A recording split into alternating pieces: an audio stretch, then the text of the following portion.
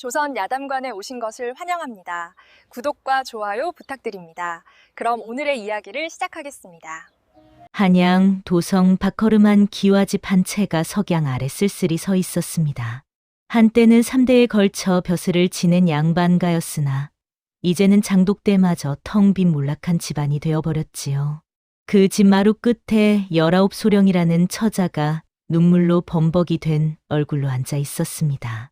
소령의 아버지는 탐관우리에게 거액의 빚을 지고 말았고 빚을 갚지 못하면 외동딸을 관비로 팔아야 하는 처지에 내몰렸습니다. 관비로 끌려가면 평생을 관청의 천한종으로 살아가야 했지요. 소령은 떨리는 손으로 제 머리칼을 쓸어 올리며 차라리 목숨을 끊는 것이 낫지 않겠느냐고 중얼거렸습니다. 창밖으로는 가을바람이 쓸쓸히 불어와 낙엽들을 흩날렸습니다. 바로 그때 강원도 원주에서 온 중매쟁이가 대문을 두드렸습니다. 원주 부유한 양반가의 장남 이한 도령이 소령을 며느리로 맡고 싶어 한다는 소식이었지요. 더욱 놀라운 것은 신랑 쪽에서 소령의 친정 빚까지 모두 갚아주겠다는 파격적인 제안이었습니다. 소령의 아버지는 딸의 손을 꼭 잡으며 이것이 하늘이 내린 마지막 기회라고 눈물로 말했습니다. 소령은 한 번도 본 적 없는 남자에게 시집을 가야 한다는 두려움보다 관비로 끌려가지 않아도 된다는 안도감에 고개를 끄덕였습니다.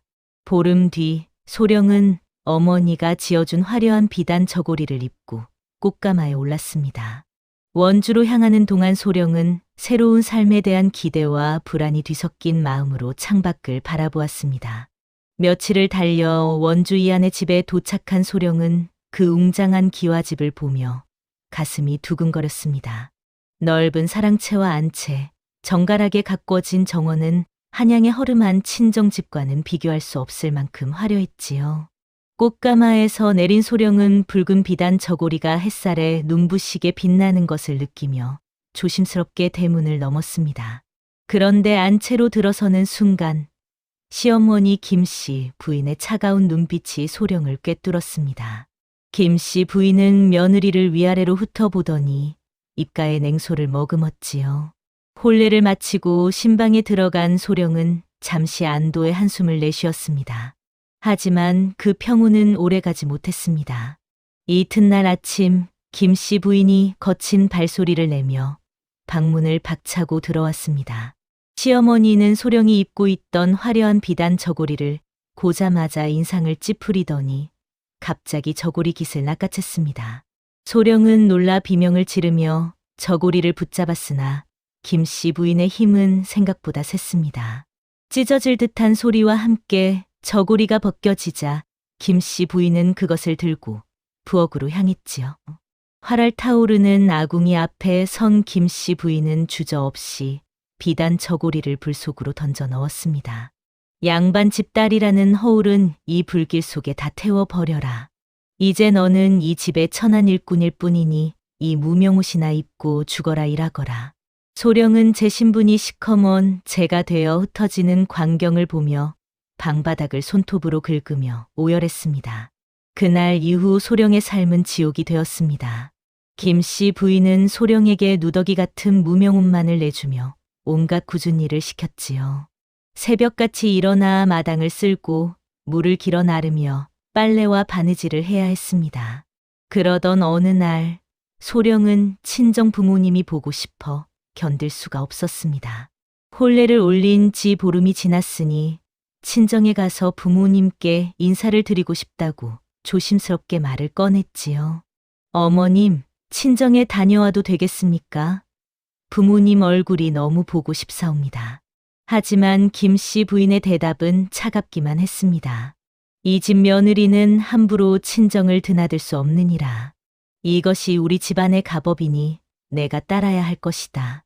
소령은 눈물을 글썽이며 간청했으나 김씨 부인은 고개를 돌려버렸습니다. 며칠 후 친정에서 아버지가 보낸 편지가 도착했습니다. 소령은 반가운 마음에 편지를 받으려 했으나 김씨 부인이 가로막았지요. 시어머니는 편지를 먼저 뜯어보고 한참을 읽더니 차가운 눈빛으로 소령을 노려보았습니다. 친정에서 무슨 말을 하든 이 집안의 일은 밖으로 새어나가서는 안 된다. 알겠느냐? 소령은 겨우 편지를 받아들었으나 김씨 부인의 감시하는 눈초리가 등 뒤에서 느껴졌습니다. 소령이 몰래 친정에 편지를 쓰려 하면 김씨 부인은 어김없이 나타나 혹독하게 야단을 쳤지요. 내가 친정과 무슨 말을 주고받으려 하느냐? 혹시 이 집안 재산을 빼돌릴 속셈이 아니냐? 소령은 시어머니가 자신을 철저히 의심하고 있다고 확신하며 가슴속 원망이 깊어져만 갔습니다. 소령이 시댁에 온 지 석 달이 지난 어느 날 밤 마당 밖에서 거친 고함 소리가 들려왔습니다. 관청의 노비 추세꾼들이 도망친 관비를 찾아 마을을 뒤지고 있었던 것이지요.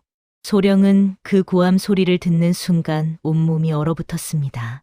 자신도 한때 관비로 팔려갈 뻔했던 처지였기에 그 공포가 생생히 되살아났지요. 그런데 김씨 부인이 갑자기 소령의 방으로 달려왔습니다. 시어머니는 소령의 팔을 거칠게 잡아 끌며 뒷마당 헛간으로 데려갔지요. 헛간 안에는 곰팡이 냄새와 썩은 집더미가 가득했습니다. 김씨 부인은 오물 묻은 누더기를 소령에게 던지며 차가운 목소리로 명령했습니다. 당장 이것으로 갈아입고 이 집더미 속에 숨어라. 숨소리도 내지 마라.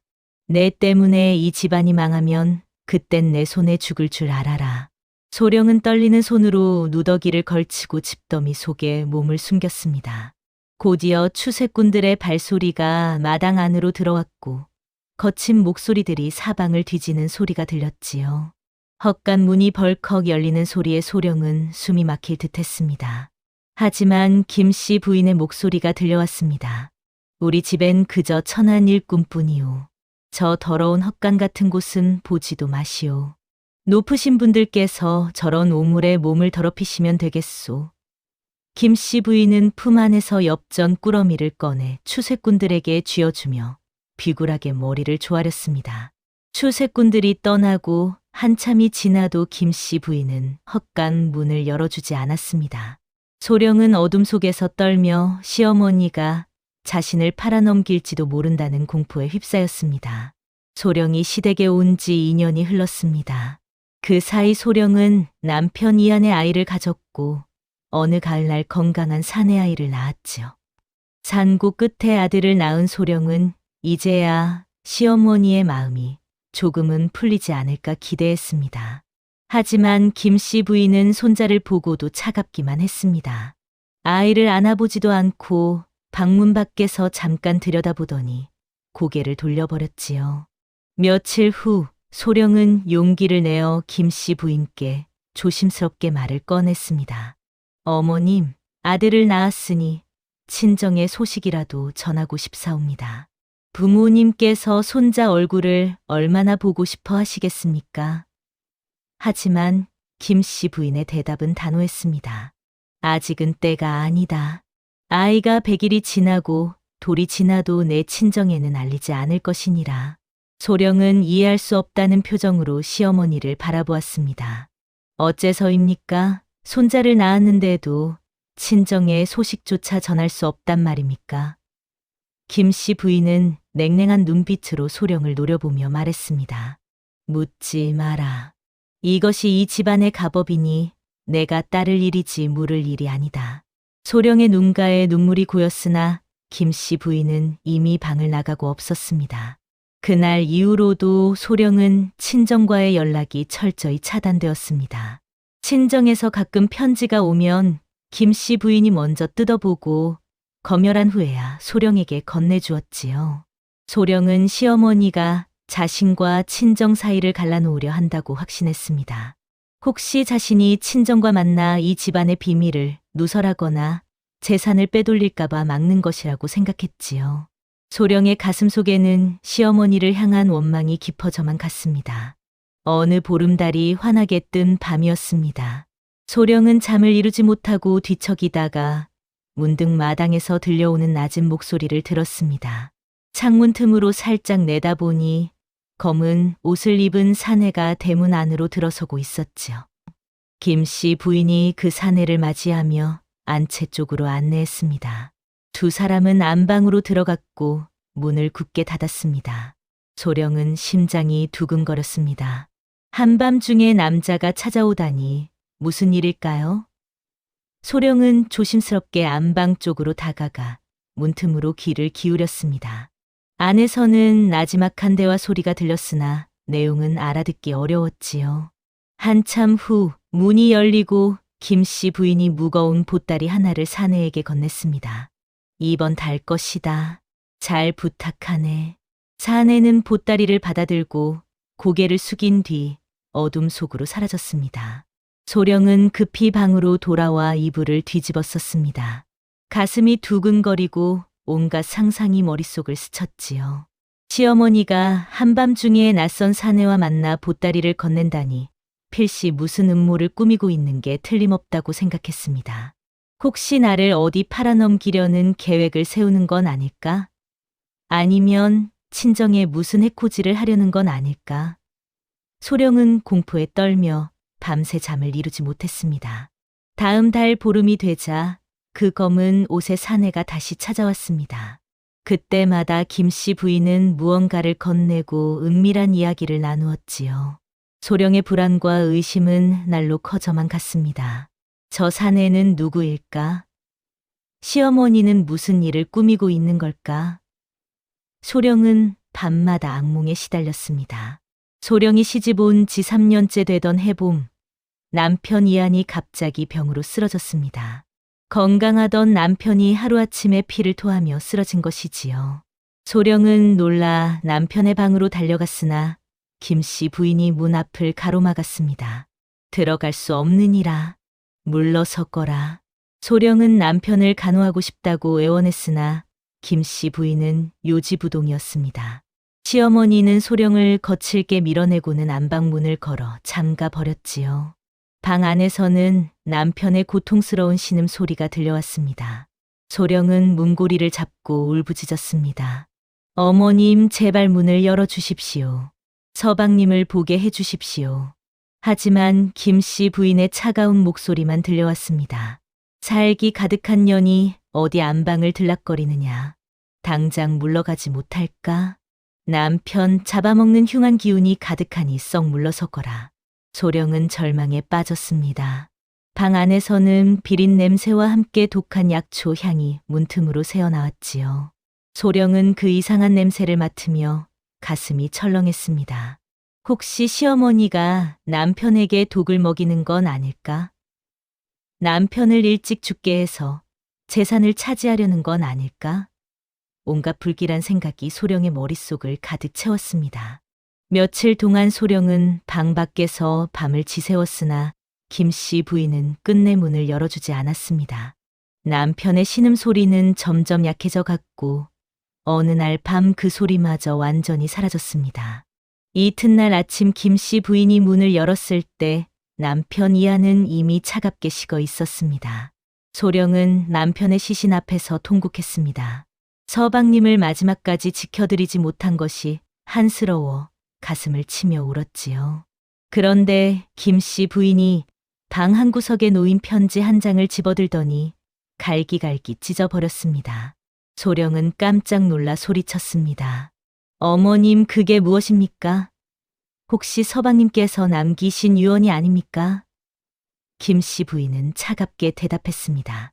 죽은 사람의 헛소리일 뿐이다. 내가 볼 필요 없느니라. 소령은 찢어진 편지 조각들을 주우려 했으나 김씨 부인이 그것들을 아궁이 불 속에 던져버렸습니다. 소령은 남편의 마지막 말조차 빼앗는 시어머니를 원망하며 오열했지요. 장례를 치르는 내내 김씨 부인은 소령에게 온갖 굳은 일만 시켰습니다. 조문객들에게 내놓을 음식을 준비하고 마당을 쓸고 빨래를 하게 했지요. 소령이 영정 앞에서 잠시라도 울고 있으면 김씨 부인이 호통을 쳤습니다. 재수 없는 년이 눈물이나 흘리고 앉았구나. 당장 일어나 부엌일이나 거두지 못할까? 소령은 남편의 장례식장에서조차 편히 슬퍼할 수 없었습니다. 김씨 부인은 조문객들 앞에서는 슬픔을 보이지 않고 담담하게 장례를 치렀지요. 소령은 그런 시어머니를 보며 사람의 탈을 쓴 악귀라고 속으로 되뇌었습니다. 장례가 끝난 후에도 김 씨 부인은 소령에게 상복조차 제대로 입히지 않았습니다. 죽은 놈 때문에 산 사람까지 굶어 죽겠느냐며 소령을 다시 일터로 내몰았지요. 소령의 가슴 속에는 시어머니를 향한 증오가 뼈 깊이 새겨졌습니다. 남편이 죽고 석 달이 지난 어느 날 친정에서 급한 전갈이 왔습니다. 소령의 아버지가 옥중에서 돌아가셨다는 비보였지요. 소령은 그 소식을 듣는 순간 눈앞이 캄캄해졌습니다. 아버지께서 돌아가셨다니 이게 무슨 말입니까? 소령은 김 씨 부인에게 달려가 울먹이며 애원했습니다. 어머님, 제발 친정에 다녀오게 해주십시오. 아버지 마지막 가시는 길이라도 배웅해야 하지 않겠습니까? 하지만 김 씨 부인의 대답은 냉혹했습니다. 죽은 사람은 죽은 사람이고 산 사람은 먹고 살아야 하는 법이다. 내가 가봤자 달라질 것도 없지 않느냐. 소령은 무릎을 꿇고 빌었습니다. 제발입니다, 어머님. 아버지 얼굴이라도 보게 해주십시오. 김 씨 부인은 고개를 돌리며 차갑게 말했습니다. 당장 맷돌이나 돌리지 못할까? 울음 섞인 곡식 가루는 맛있어서 못 먹는다. 소령은 절규하며 마당에 주저앉았으나 김 씨 부인은 이미 안채로 들어가고 없었습니다. 그날 소령은 눈물로 범벅이 된 얼굴로 맷돌을 돌려야 했습니다. 맷돌 가는 소리는 소령의 통곡 소리와 뒤섞여 마당에 울려 퍼졌지요. 친정에서는 딸이 오기를 기다렸으나 소령은 끝내 아버지의 장례에 참석하지 못했습니다. 소령은 이제 이 세상에 자신의 편은 아무도 없다고 절망했습니다. 남편도 아버지도 떠나고 시어머니만이 자신을 옥죄고 있었으니까요. 소령의 가슴 속에는 김 씨 부인을 향한 원한이 돌덩이처럼 무겁게 자리 잡았습니다. 언젠가 저 여인이 죽는 날 무덤에 침을 뱉으리라 다짐했습니다. 어느 깊은 밤 소령은 잠에서 깨어 물을 마시려고 부엌으로 향했습니다. 그런데 뒷마당 쪽에서 무언가 땅을 파는 소리가 들렸지요. 소령은 조심스럽게 뒷문 틈으로 내다보았습니다. 달빛 아래 김 씨 부인이 낡은 보자기에 싼 상자를 안고 서 있었습니다. 시어머니는 주위를 살피더니 괭이로 땅을 파기 시작했지요. 한참을 파고 또 파서 깊은 구덩이를 만든 후 그 상자를 조심스럽게 묻었습니다. 흙을 다시 덮고 평평하게 고른 뒤 그 위에 돌멩이 몇 개를 놓아 표시를 해두었지요. 소령은 가슴이 두근거렸습니다. 시어머니가 한밤중에 무언가를 땅속에 묻다니 이게 무슨 일일까요? 분명 귀중한 재산을 숨기는 게 틀림없다고 생각했습니다. 혹시 이 집안의 금은보화를 감추고 나를 속이려는 것은 아닐까? 아니면 나를 팔아넘길 문서를 감추는 건 아닐까? 소령의 머릿속에는 온갖 불길한 상상이 꼬리를 물었습니다. 다음 날 소령은 뒷마당 그 자리를 유심히 살펴보았습니다. 돌멩이들이 놓인 곳의 흙이 다른 곳보다 무르게 보였지요.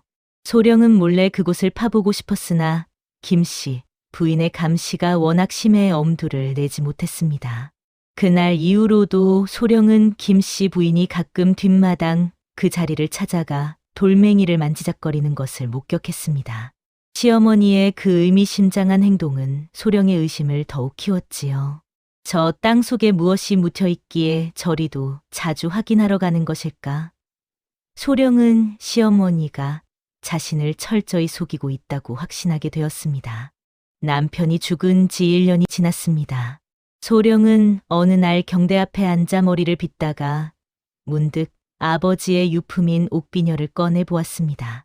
그 비녀는 아버지가 소령의 어머니에게 혼례 때 선물한 것으로 대대로 내려온 가보였지요. 소령은 비녀를 쓰다듬으며 돌아가신 부모님을 떠올리고 눈물을 흘렸습니다. 며칠 후 소령은 경대를 열었다가 깜짝 놀랐습니다. 비단 상자 안에 소중히 보관해 두었던 옥비녀가 흔적도 없이 사라진 것이었지요. 소령은 방 안을 뒤지고 또 뒤졌으나 비녀는 어디에도 없었습니다. 소령은 가슴이 철렁했습니다. 시어머니가 가져간 게 틀림없다고 생각했지요. 소령은 김 씨 부인을 찾아가 떨리는 목소리로 물었습니다. 어머님 혹시 제 비녀를 보셨습니까? 아버지께서 남기신 유일한 유품이옵니다. 김 씨 부인은 차가운 눈빛으로 소령을 바라보더니 냉정하게 말했습니다. 빚쟁이들이 들이닥치면 제일 먼저 귀한 것부터 빼앗아 간다. 그러니 내가 미리 처분해 버렸느니라. 소령은 믿을 수 없다는 표정으로 시어머니를 바라보았습니다. 어찌 그러실 수가 있습니까? 그건 제 부모님의 혼이 담긴 물건이옵니다. 김 씨 부인은 고개를 돌리며 말했습니다. 죽은 사람 물건 붙들고 있어 봐야 빚쟁이 배만 불릴 뿐이다. 내가 원망하든 말든 이미 없앤 일이니 그리 알아라. 소령은 그 자리에서 주저앉아 통곡했습니다. 부모의 영혼이 깃든 유품마저 빼앗은 시어머니를 향해 천벌을 받으리라 저주했지요.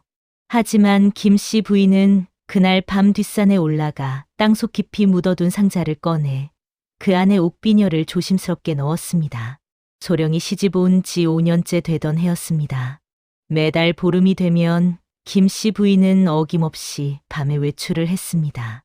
달이 중천에 떴을 무렵 몰래 대문을 열고 나가 새벽녘에야 돌아오곤 했지요. 어느 날 밤 소령은 잠을 이루지 못하다가 시어머니가 외출하는 소리를 들었습니다. 소령은 조심스럽게 일어나 창문 틈으로 내다보았습니다. 김 씨 부인은 낡은 보따리를 메고 대문을 나서고 있었지요. 소령은 궁금증을 참지 못하고 멀찍이 서 뒤를 따라가 보기로 했습니다. 김 씨 부인은 마을을 벗어나 산길로 접어들었습니다. 한참을 걸어 어느 마을에 도착하더니 한 집 앞에 멈춰 섰지요. 소령은 나무 뒤에 숨어 지켜보았습니다. 김 씨 부인은 그 집 대문을 살피고 담장을 만지작거리더니 한참을 서성였습니다.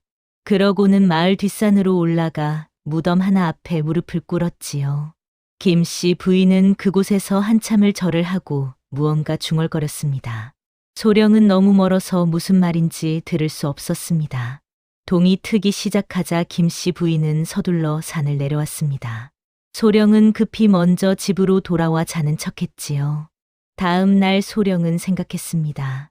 시어머니가 한밤중에 어느 마을 무덤을 찾아간다니 무슨 까닭일까? 혹시 저 집이 시어머니의 정부가 사는 곳은 아닐까? 아니면 무슨 주술이라도 거는 건 아닐까? 소령은 시어머니가 밤마다 어디선가 술을 마시고 놀다 온다고 생각했습니다. 그 낡은 보따리에는 분명 술이나 음식이 들어있을 것이라 단정지었지요. 소령의 시어머니를 향한 경멸은 더욱 깊어져만 갔습니다. 어느 봄날 오후였습니다.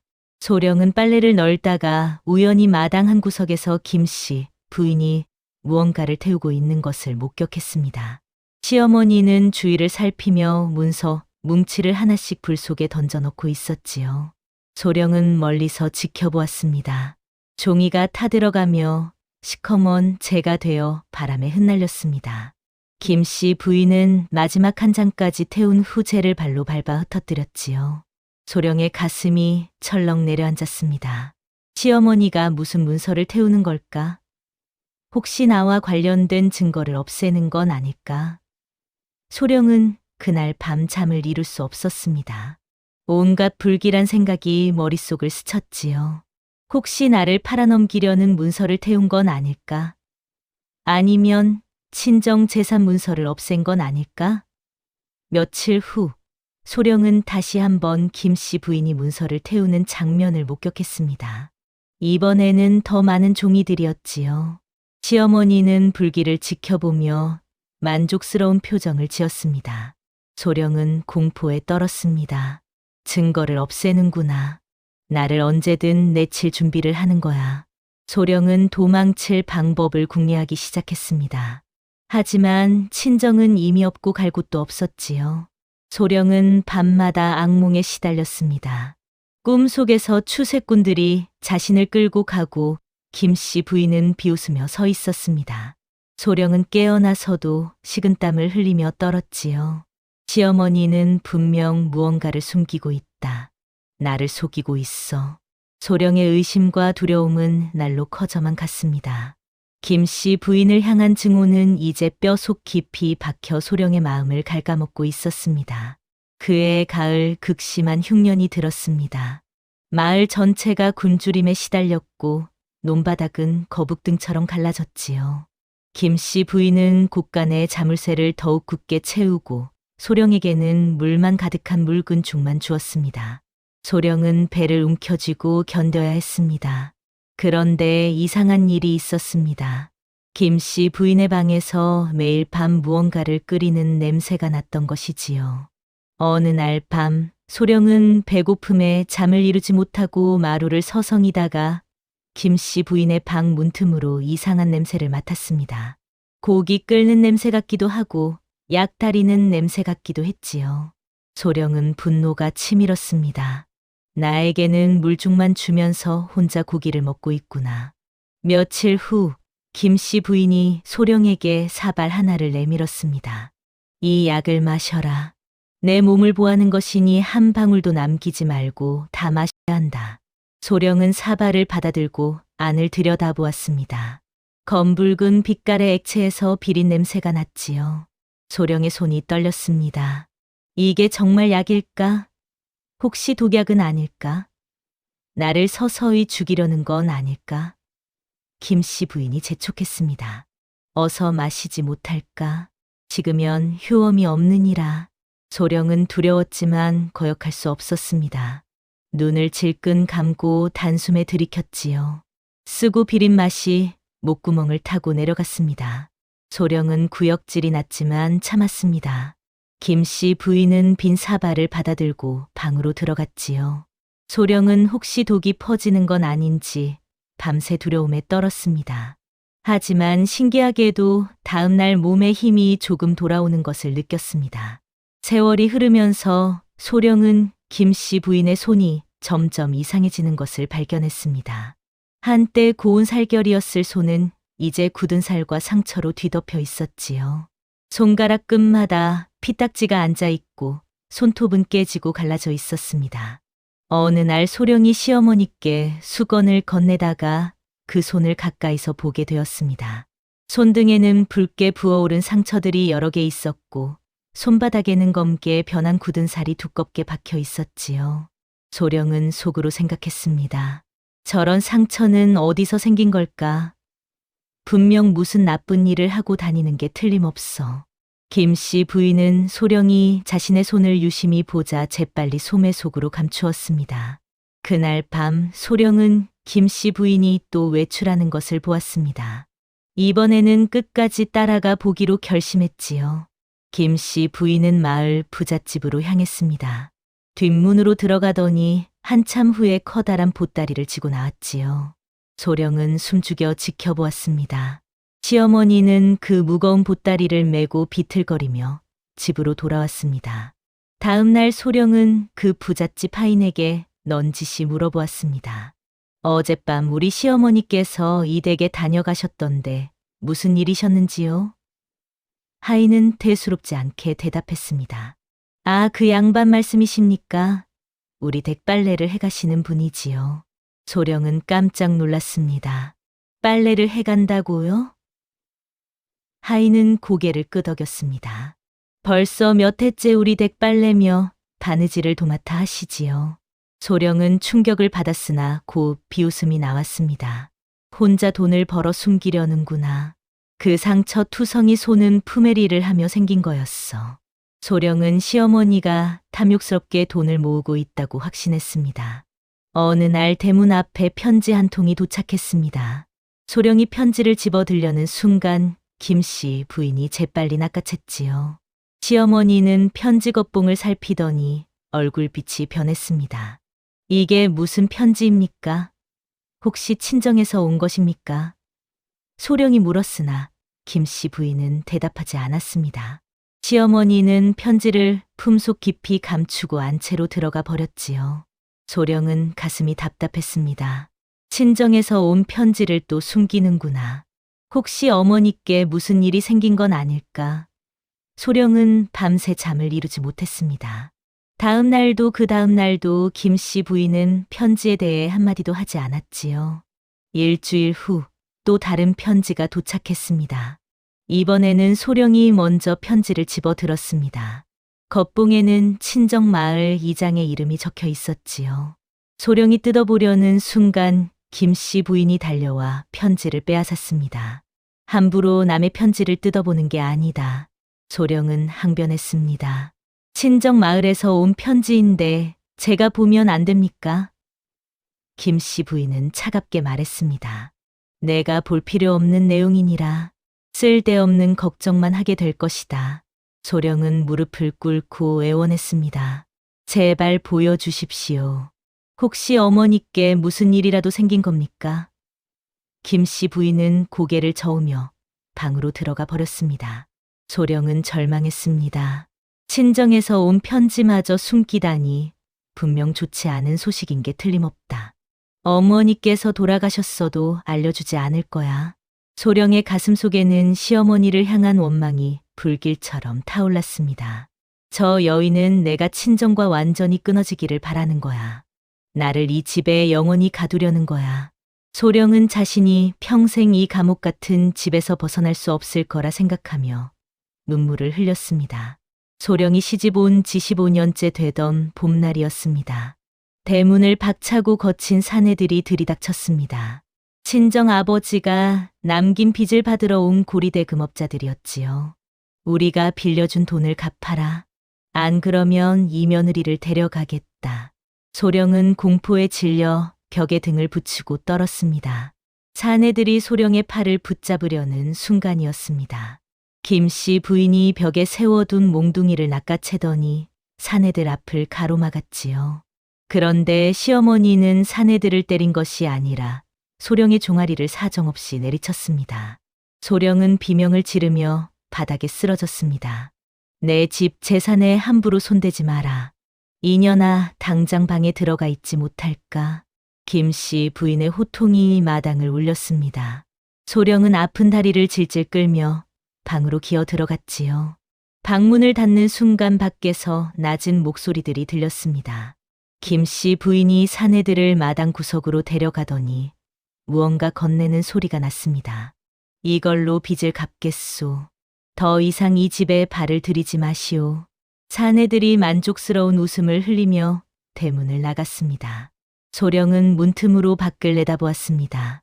김씨 부인이 마당 바닥에 주저앉아 거친 숨을 몰아쉬고 있었지요. 소령은 아픈 종아리를 쓸어내리며 생각했습니다. 나를 구한 게 아니야. 그저 부려먹기 위해 남겨둔 거야. 저 여인은 끝까지 나를 종처럼 부리려는 거야. 소령의 눈에서 원망의 눈물이 흘러내렸습니다. 그날 밤 김씨 부인의 방에서는 깊은 기침 소리가 밤새 들려왔으나 소령은 신경 쓰지 않았습니다. 소령의 가슴 속에는 시어머니를 향한 증오만이 가득했습니다. 세월은 흘러 어느덧 20년이 지났습니다. 소령의 머리에도 흰 머리카락이 섞이기 시작했지요. 어느 가을날 아침 김씨 부인이 마루에 나오다가 갑자기 쓰러졌습니다. 소령이 놀라 달려가 부축했으나 시어머니는 일어서지 못했지요. 급히 의원을 불렀습니다. 의원은 김씨 부인의 맥을 짚어보더니 고개를 저었습니다. 명이 얼마 남지 않으셨습니다. 마음의 준비를 하십시오. 며칠 후 김씨 부인이 소령을 불렀습니다. 시어머니는 침상에 누운 채 떨리는 손으로 무언가를 가리켰지요. 저기 장롱 밑에 상자가 하나 있느니라. 그것을 가져오너라. 소령은 장롱 밑에서 삼끈으로 칭칭 묶인 낡은 나무 상자를 꺼냈습니다. 상자에서는 묵은 개떡 냄새가 났지요. 20년을 기다렸다. 이제 친정에 다녀오너라. 김씨 부인의 목소리는 떨리고 있었습니다. 친정에 다녀오라니요? 소령은 믿을 수 없다는 표정을 지었습니다. 그래 가거라. 하지만 명심해라. 친정 대문을 넘기 전까지는 절대로 이 상자를 열어보지 마라. 알겠느냐? 소령은 상자를 받아 들었습니다. 묵직하고 차가운 감촉이 손에 전해졌지요. 가서 내 아비 무덤에나 바치거라. 20년을 이 집 귀신으로 살았으니 이제 그만 가서 흙이나 한 줌 덮어주고 오너라. 김씨 부인의 목소리는 여전히 차갑고 매정했습니다. 소령은 상자를 품에 안고 일어섰습니다. 이것이 20년 세월의 보답입니까?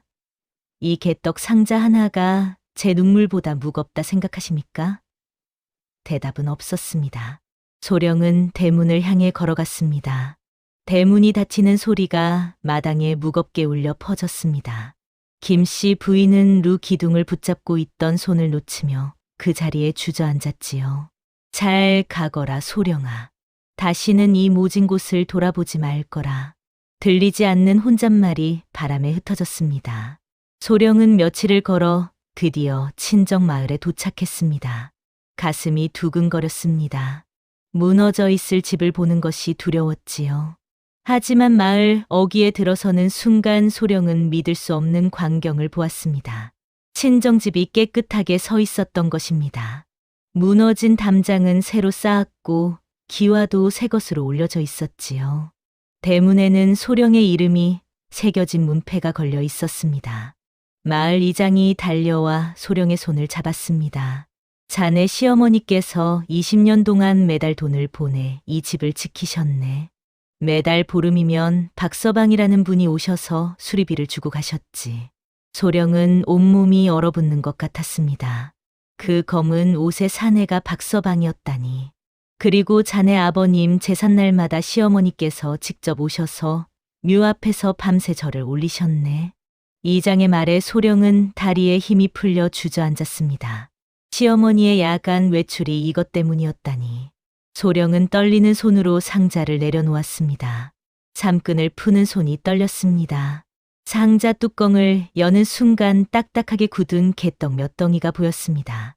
소령은 개떡을 하나씩 드러냈습니다. 그 밑에는 낡은 문서들이 가지런히 놓여 있었지요. 친정집 소유권 문서였습니다. 소령의 이름으로 되어 있었습니다. 토지 문서도 있었습니다. 이 집이 내 것이라니, 이 땅이 내 것이라니. 소령의 눈에서 눈물이 흘러내렸습니다. 소령은 떨리는 손으로 문서들을 더 드러냈습니다. 그 밑에서 무언가 차갑고 단단한 것이 손에 닿았지요. 옥비녀였습니다. 없앴다던 그 비녀가 고스란히 남아 있었습니다. 소령은 비녀를 쥐고 오열했습니다. 상자 맨 밑바닥에는 접힌 편지 한 장이 있었습니다. 떨리는 글씨였지요. 내 아들 목까지 살아라. 내가 나를 미워해야 이 험한 세상에서 살아남을 수 있었다. 내 비녀를 빚쟁이들이 빼앗아갈까 두려워 없앴다 거짓말했다. 20년간 땅속 깊이 숨겨 지켜냈단다. 내 원망을 기꺼이 받아냈다. 용서를 구할 자격도 없지만 이제라도 내 것을 돌려주고 싶구나. 소령은 편지를 가슴에 안고 통곡했습니다. 모든 것이 이해되었습니다. 시어머니의 매질도 호통도 모두 자신을 지키기 위한 것이었음을. 소령은 급히 상자를 챙겨 시댁으로 달려갔습니다. 하지만 대문을 열었을 때 마당은 너무나 고요했습니다. 김씨 부인은 이미 숨을 거두고 없었습니다. 수선한 비단 저고리를 가슴에 안은 채 평온하게 눈을 감고 있었지요. 박서방이 눈물을 흘리며 말했습니다. 대문 닫는 소리를 들으시고 이제야 편히 가신다며 눈을 감으셨습니다. 마님께서는 20년간 밤마다 품에리를 하시며 아씨의 친정을 지키셨습니다. 소령은 시어머니의 거칠고 상처투성이인 손을 잡았습니다. 그리고 처음으로 불렀습니다. 어머니. 세월이 흘러 소령은 김씨 부인의 그 낡은 바늘을 물려받아 마을 사람들의 옷을 깁고 이웃을 도우며 살았습니다. 매년 가을이면 시어머니 묘 앞에 따뜻한 개떡을 올렸지요. 오늘 이야기가 여러분의 마음에 작은 울림을 주었다면 구독과 좋아요 부탁드립니다.